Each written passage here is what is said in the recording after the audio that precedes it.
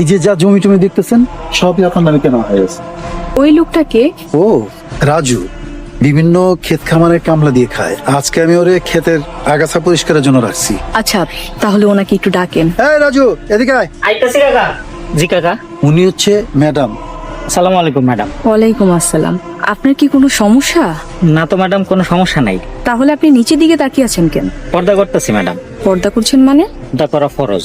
আল্লাহ তাআলা নারী পুরুষ দুইজনকে পর্দা করতে বলছে। নারীদেরকে বলছেন তোমরা তোমাদেরকে ঢেকে রাখো, পুরুষদেরকে বলছেন তোমরা তোমাদের দৃষ্টি সংযত রাখো। তাই নারীর জন্য যেমন পর্দা করা ফরজ, পুরুষের জন্য দৃষ্টি সংযত রাখা ফরজ। ইসলাম শুধু একটা ধর্ম না, একটা পরিপূর্ণ জীবন ব্যবস্থা। ঠিকই বলেছেন। আপনি আমার জন্য বেগানা নারী, তাই আপনার দিকে তাকাইতেছি না, কিছু মনে করেন না ম্যাডাম। এই রাজু, তোর কি মাথা খারাপ হয়ে গেছে?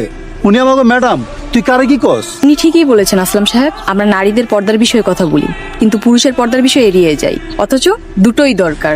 রাজু সাহেব, আপনি এখন যেতে পারেন। জি ম্যাডাম। উনি কি বিবাহিত? ও তো বিয়ে করে না ম্যাডাম, করবো কেমনে? গরিব মানুষ, এখন তো পেট চালাইতে কষ্ট হয়, বউ চালাবো কেমনে?